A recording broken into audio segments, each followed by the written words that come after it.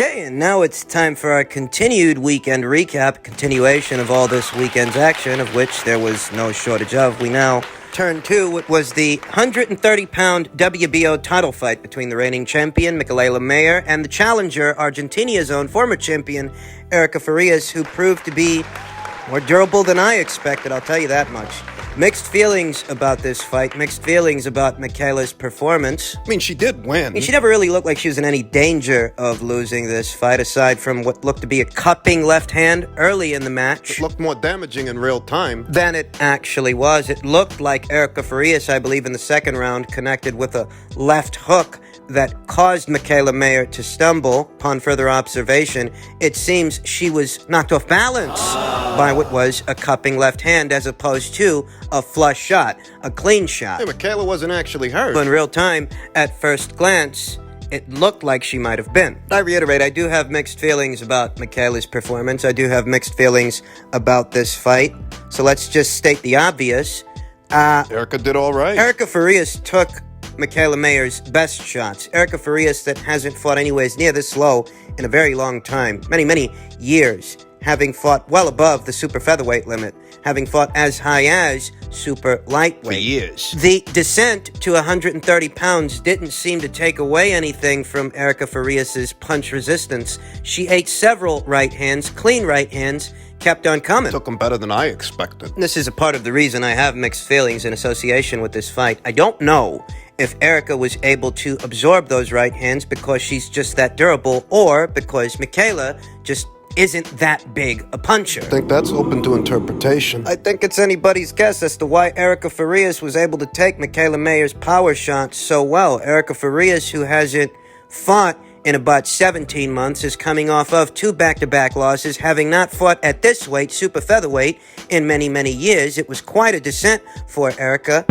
I think it's anybody's guess why it was that Erica was able to absorb as many hard shots from Mikaela as she did. But one thing's clear, Mikaela's power, it didn't bother Erica. It didn't deter her, didn't discourage her, didn't hurt her. It really didn't. And there's a feeling that perhaps it should have, because this was as opportune an opponent choice as opportune opponent choices go. You're dealing with a fighter that's coming off of 2 back-to-back losses, a lot of inactivity, and a decent-sized weight cut. You would have expected a knockdown or even a knockout, and that's not what you got. And before you go chastising me about how knockouts and knockdowns are sparse in the sport of women's boxing, there was another card that happened that same day, yesterday, involving Ebeth Zamora Silva and Marlena Esparza, where Ebeth, who's not known for being a very big puncher, started off the fight by dropping Marlena Esparza. That being said, I don't think anyone, myself included, was off base to expect more from Mikaela than what we got. I expected more. I was underwhelmed. I was underwhelmed with Mikaela Mayer's performance, which was effective, albeit underwhelming. You saw the jab right hand. You saw many of Mikaela Mayer's trademarks, her signatures. You did. Though she didn't exhibit the control of distance that I was expecting. The jab was not as effective as I anticipated. The right hand was not as devastating as I anticipated. There wasn't much variety either. Variety in terms of implementation, variety in terms of punch selection, the variety of punches. You didn't see a lot of flash, a lot of pizzazz, a lot of nuance from Mikaela. What you saw is what you expected to see, and after a while, it became predictable. You almost got the sense that Mikaela wasn't making enough of an investment downstairs to Erica Farias' body. You know, Mikaela's a tall drink of water for 130 pounds. She's tall enough, long enough, that she can plant a straight shot downstairs on Erica Farias at a safe distance. Because she's taller, because she's longer, she doesn't need to be within Erica's striking distance to strike Erica herself. Mikaela looked a little flat. A little bit limited, a little bit basic. And I reiterate, I don't know if that's as a result of Erica Farias being more fighting fit than I anticipated, or if it's because, well, Mikaela... Maybe she's a little hyped up. There were some interesting exchanges between Mikaela and Erica towards the tail end of the fight in the second half. Exciting stuff, momentarily at least. And, you know, once again, Mikaela just didn't seem to get Erica's respect with her clean shots when she did get off clean shots, as things were messy in spots. I mean, Mikaela won the fight. She definitely won the fight. I don't think there are any questions there, but this just didn't seem like the very best advertisement for what Michaela is capable of. In a division that is fast populating with a lot of hard-hitting ladies, a lot of killers, Michaela didn't quite look like one herself yesterday with Erica Farias, and there's a feeling that perhaps she should have, because this was as opportune an opponent as opportune opponents go. Erica hasn't fought in 17 months. She hasn't fought at this weight in years, and she's coming off of 2 back-to-back losses. I recall several moments in the McCaskill fights where Jessica visibly hurt Erica Farias, buzzed her, whereas with Michaela, I guess it's safe to say that Michaela don't pack the punch that Jessica does, in spite of Michaela being more of a textbook boxer than Jessica is. Moreover, this fight has realigned my perceptions as far as who the most furious Valkyries are in the land of the Valkyries at 130 pounds. I used to look at Michaela as being a more ferocious fighter than Terry Harpier, her transatlantic rival. But a lot of time has passed. A lot of time, and a lot has happened since then. And it's Terry that's been in the knockdown, drag-out brawls. It's Terry that's hurting girls, stopping girls, and buzzing girls. And I think it's safe to say that now Terry has perhaps caught up to or even surpassed Michaela Mayer's ferocity that seems to have dissipated. Congratulations to Michaela Mayer on what was her first successful defense of the WBO 130-pound title, but I have to be honest, I expected more, and I was a little underwhelmed. Comes to the Isaac Dogboe versus Adam Lopez fight, a thoroughly entertaining fight.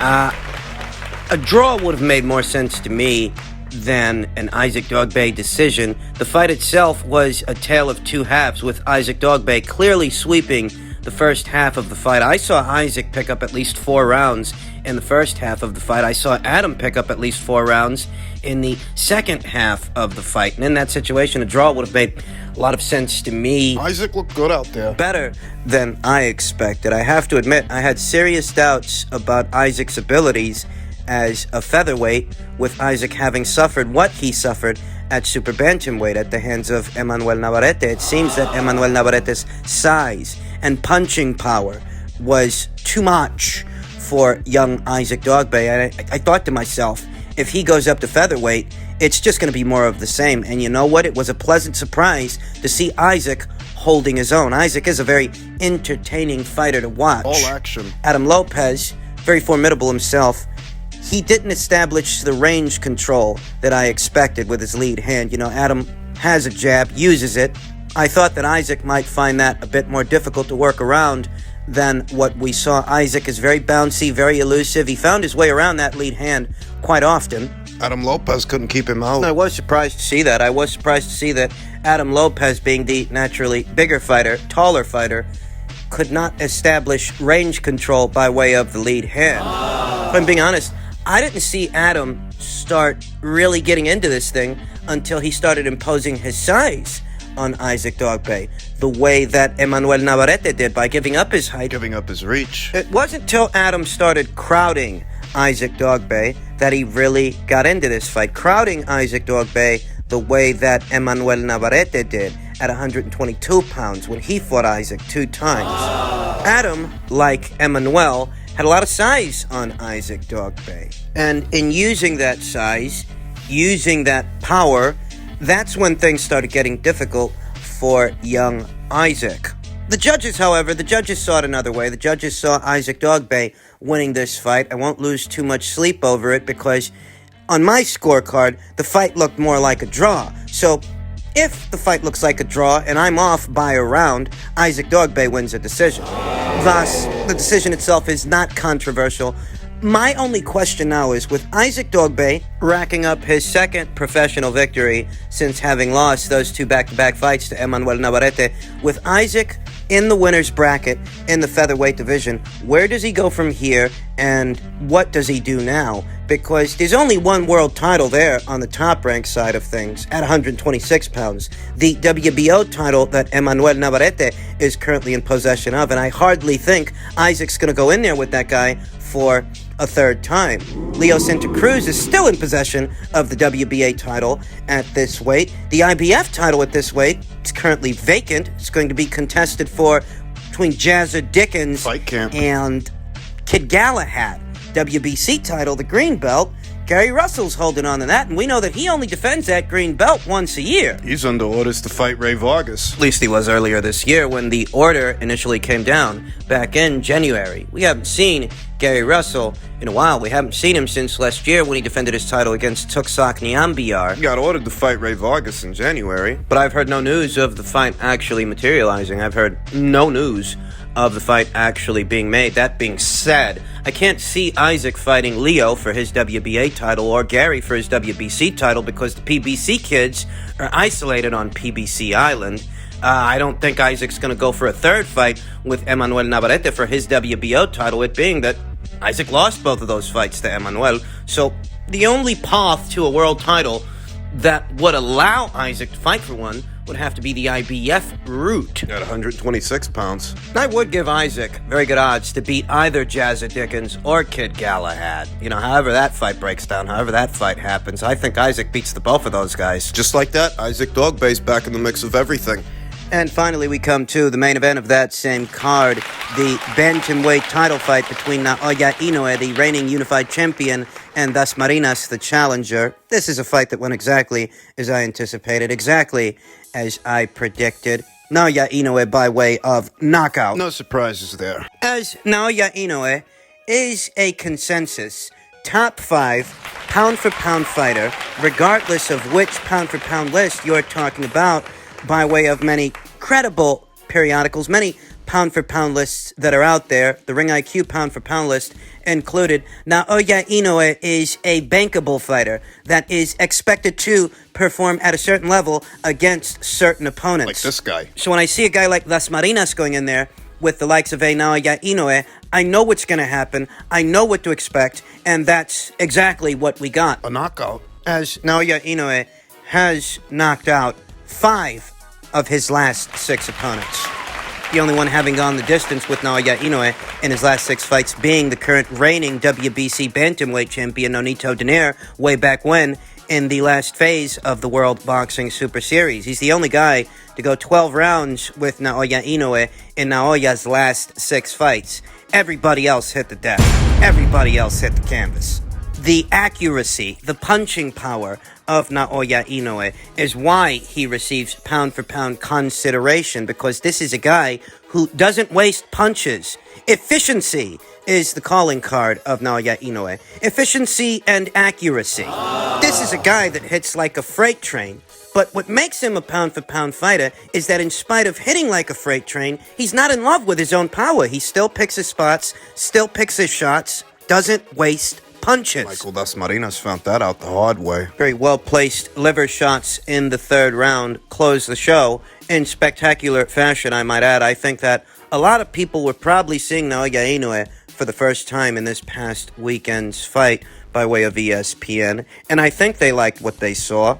When you hear a lot about a fighter, when a fighter has a nickname like the Monster, that's what you're expecting to see, and that's what everybody saw on Saturday night. I've already seen some very enthusiastic fans stating that with that victory, Naoya Inoue advances ahead of Terence Crawford on their pound-for-pound lists. The same is not so on the Ring IQ pound-for-pound list. I mean, Naoya Inoue is always a pleasure to watch. He really is. But, you know, knocking out Dasmarinas, that's not going to move him ahead of Terence Crawford on my pound-for-pound list. Naoya Inoue has more catching up to do. I think what it would take for Naoya to advance ahead of Terence Crawford on the Ring IQ pound-for-pound list, well, he'd have to match or surpass Terence's achievements. And even though it's been a long time since Terence electrified the fight fans with a quality scalp, It's been a while. Naoya still has more catching up to do. He's got to unify this division. The same way that Terence Crawford unified the 140-pound division. Both Naoya Inoue and Terence Crawford are 3-division champions, the both of them, with the difference being that Terence Crawford is a 2-time lineal champion and former undisputed champion at 140 pounds. And what it would take for Naoya Inoue to advance ahead of him on the Ring IQ pound-for-pound list is Naoya would have to unify this division, become its undisputed champion, the same way that Terence Crawford became the undisputed champion at 140 pounds. Based on the governing criteria. As the fans' excitement and their excitability is not an accurate measure, an accurate barometer for the skill sets of the both of these fighters, both Naoya Inoue and Terrence Crawford. Almost immediately, I saw a lot of people saying that Naoya Inoue should be ahead of Terrence because it's been a while since they saw Terrence in a fight that got them excited, because it's been a while since Terrence fought a quality guy, when comparatively, you could argue that Kell Brook was a better scalp for Terrence than Dasmarinas was for Inoue. If you're gonna compare them. I mean, listen, you can put Inoue where you want to put him. What you guys do on your pound-for-pound lists is your own business, but based on the governing criteria that governs and structures the Ring IQ pound-for-pound lists, knocking out Dasmarinas in 3 rounds is not precedence enough to move Naoya Inoue ahead of Terrence Crawford, though I will say he's very close to moving past him. Perhaps one victory away? If he can get the winner of Donaire versus Casemiro. Can he get the winner of Donaire versus Casemiro? Nonito Donaire, the reigning WBC champion, John Riel Casemiro, the reigning WBO champion, both who were in attendance for Naoya Inoue's fight.